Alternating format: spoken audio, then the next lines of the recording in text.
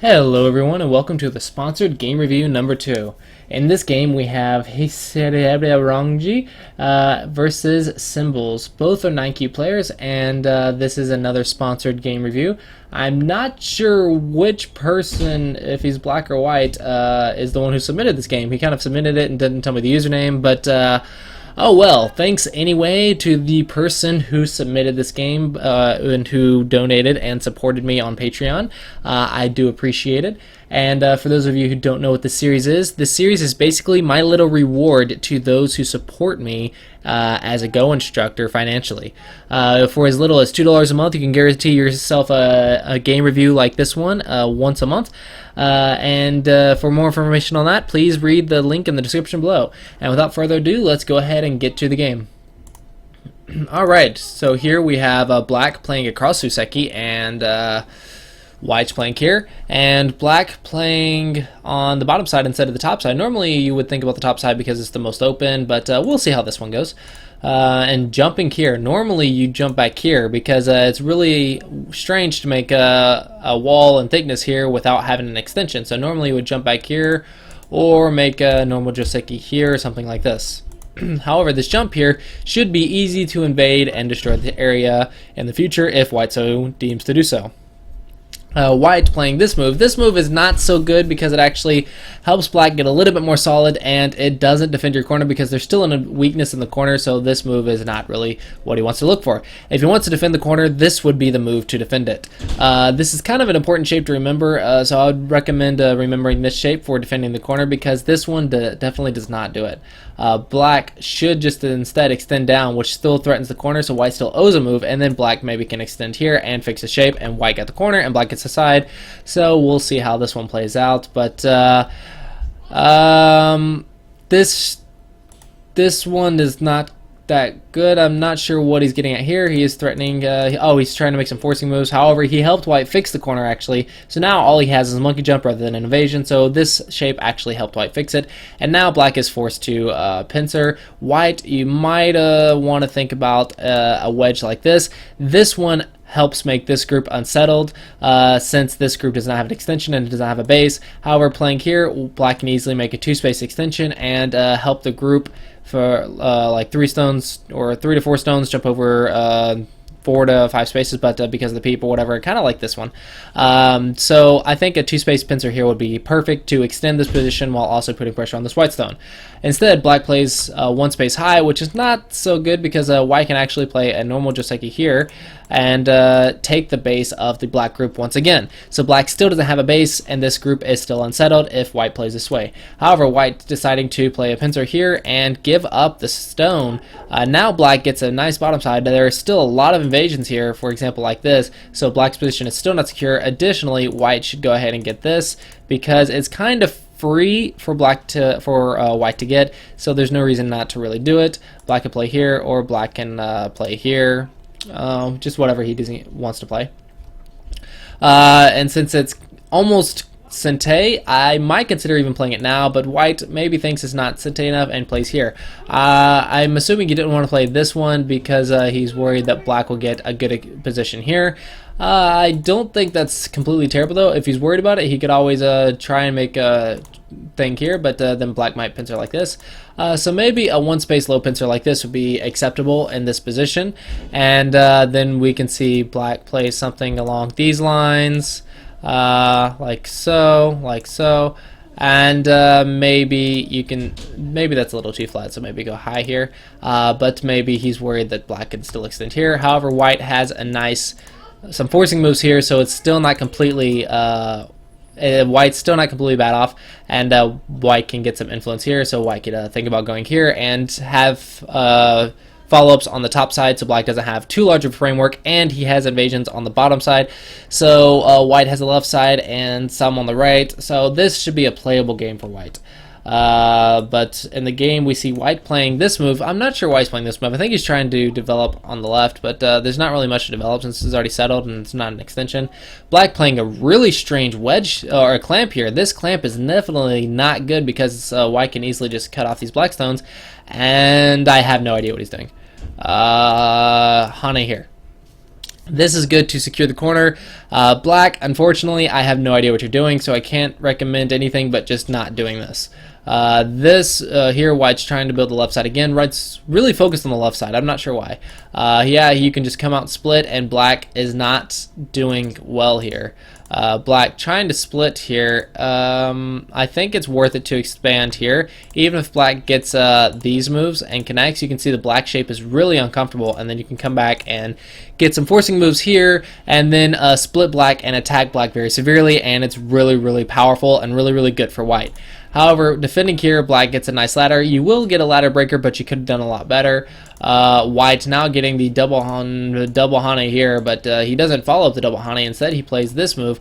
I think both players not really understanding their shapes and not really reading all that accurately.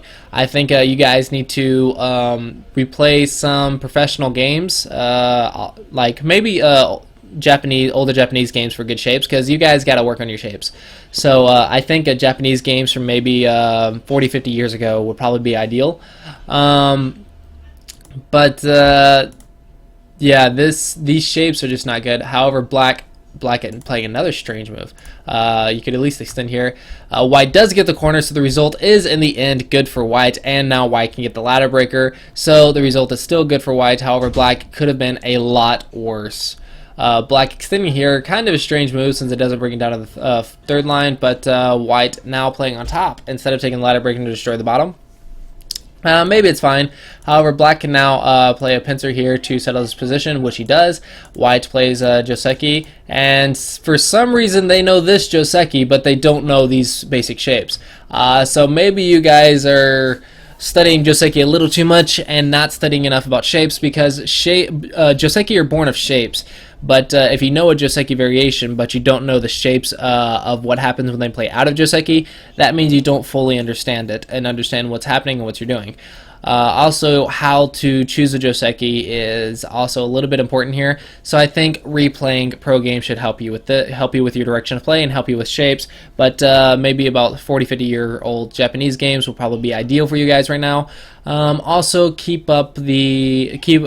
some Go problems every single day to make sure your ability to read is top notch. Also, and to apply that, make sure you are reading in your games and taking your time to read things through, and then just try and build up your instincts for shapes by replaying pro games. So far this game has been really, really strange. White's playing a very nice sequence on the bottom now. This is exactly what I wanted him to play, but not that. Now just go ahead and give up the stone, because the K3 is important, not N4. So here you want to jump out and just get out and destroy the territory, and you are good. However, playing here, it looks like you're going to make yourself heavy and get cut off.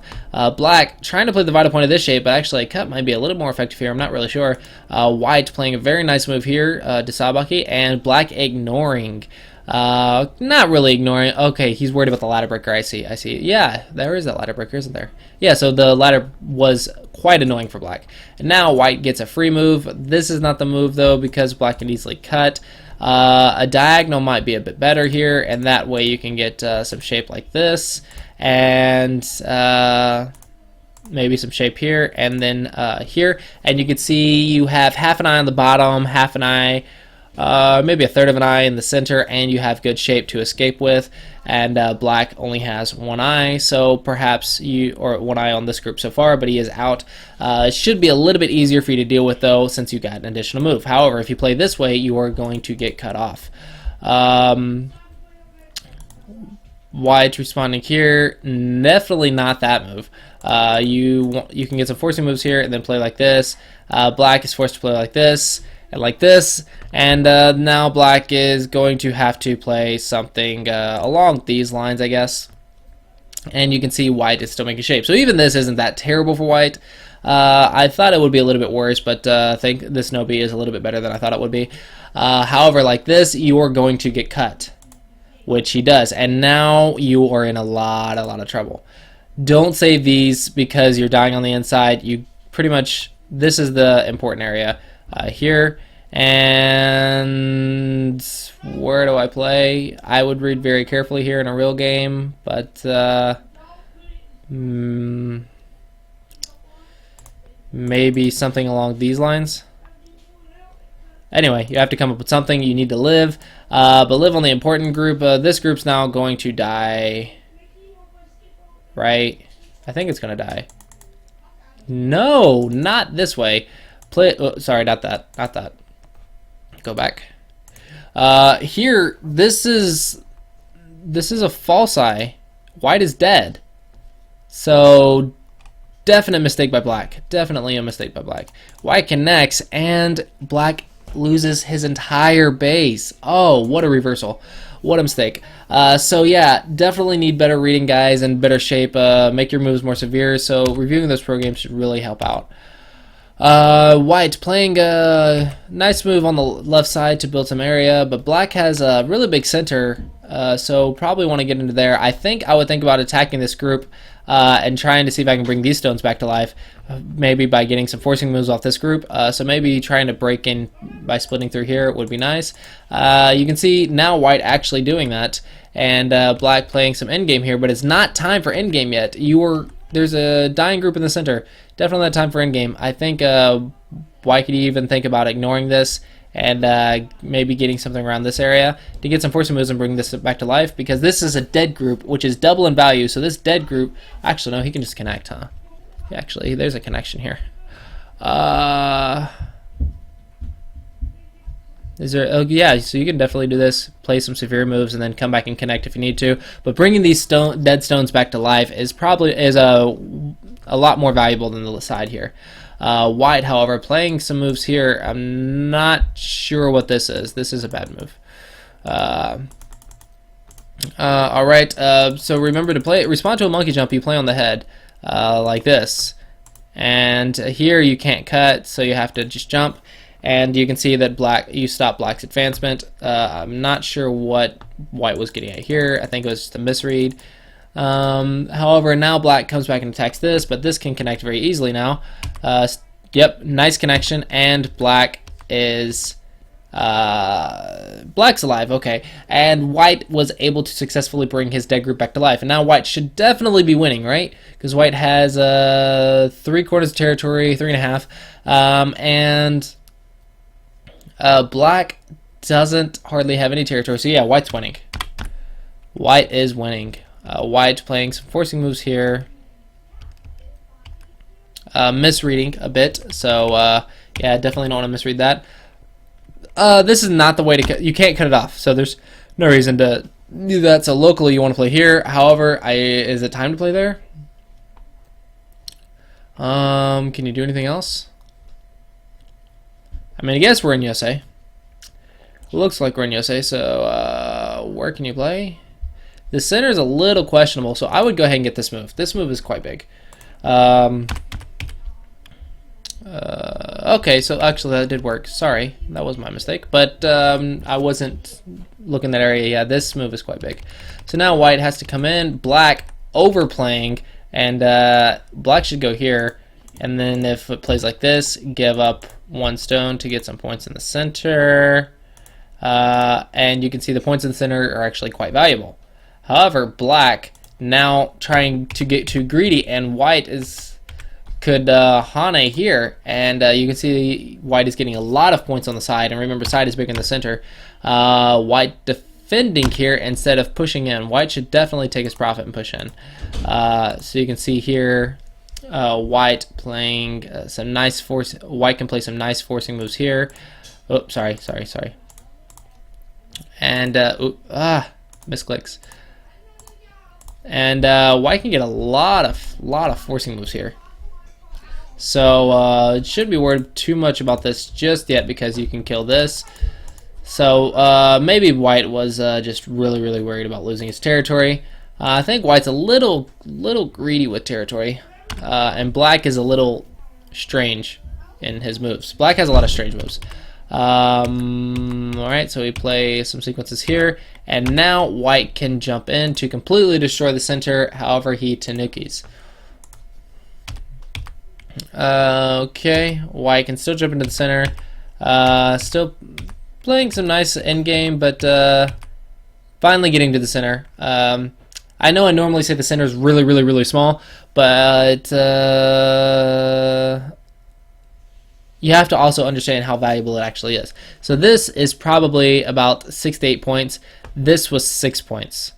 So this was 6 points Gote.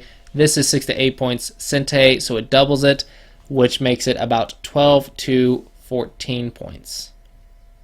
Or 12 to 16 points. Let's say 12 to 14. I don't think it's 16 points.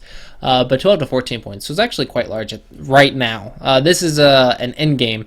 So black has already sealed this center. So it's not that white is playing in the center, it's white is reducing black's territory, because this is already territory, because black invested all these stones to make a territory and gave up a lot of points on the side. So once it's territory, the concept of don't play in the center changes to, oh, I need to reduce black's territory for this much value here.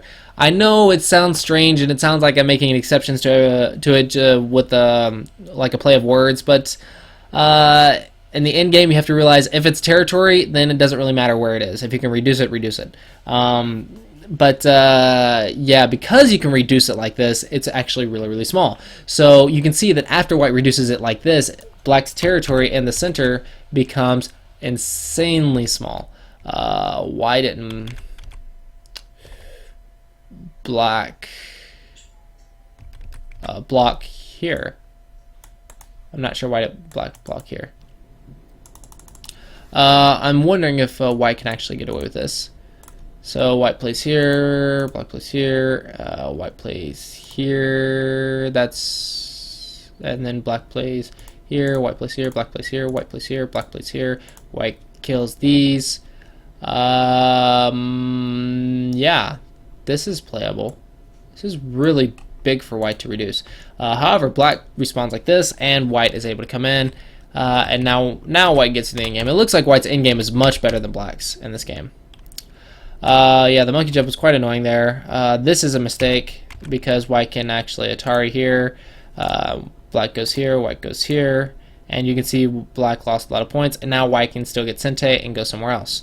However, white connects here, so maybe that's fine because it's also Sente. So I'm honestly not sure. It's hard to value that without actually counting it through. Actually, white has a very nice end game in this game. Okay. So kind of straightforward so far. Black playing and losing a couple points, it looks like. And white continues to play. Alright, so looks like nothing else interesting happens. So let's see the result. Game info. White wins by 18.5. So you can see the center is still actually really, really small. Yeah, white played very nicely in the end game. White also tried his best to respond to black's weird play and was able to do so effectively. Black's choice of moves are actually very, very, very strange. I think black, you really need to simplify your game back to the basics and review a lot of pro games and try and get to like 2 to 4 professional games every single day and just get a feel for the shapes they come up with and try and get the feel for the reasons they do what they do, because I think the only reason black is 9Q is because he's able to confuse his opponent and maybe outread him. However, if you respond normally like white does, you can see white was able to easily take a lot of more points than black. So while this game was a little one-sided, I think both players have stuff to learn from this game. So white, to respond to weird stuff, you have to revert it back to basics, when your opponent plays weird, think about what it is you want to do and try and say, okay, am I weak anywhere? Is my opponent weak anywhere? Where's the big move? Do I need to block the corner here? Do I need to block the side here? He's weak, so I need to keep him cut. And then to attack, take the base, surround, reduce eye space, then play the vital point. Just simple stuff like this. Simplify it, and it should be a lot easier to deal with these strange moves. White also did quite nicely in taking the territory in the corners, and his end game is also pretty good. Black made too much territory in the center, and you played a lot of broken shapes and a lot of really weird moves that I don't really understand.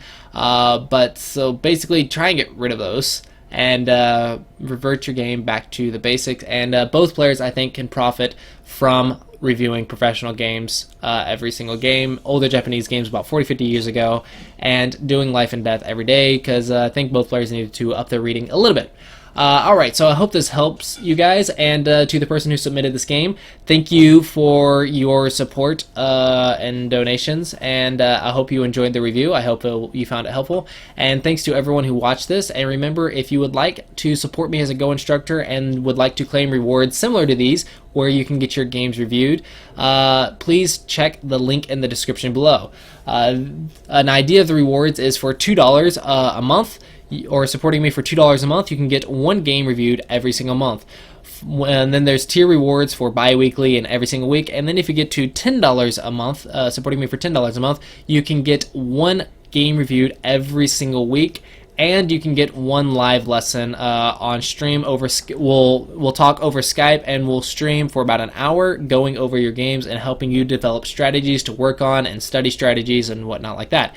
So for as little as $10 a month, you can get one game reviewed as a video like this every single week, and get one live lesson a month on stream. So hopefully you guys will take a look at that, and thank you to everyone who supports me as a Go instructor, and to everyone who's considered supporting me, and to everyone who just watched. Thanks for watching, and I hope everyone enjoyed this. And until next time, I will see you guys then. Till then, bye-bye.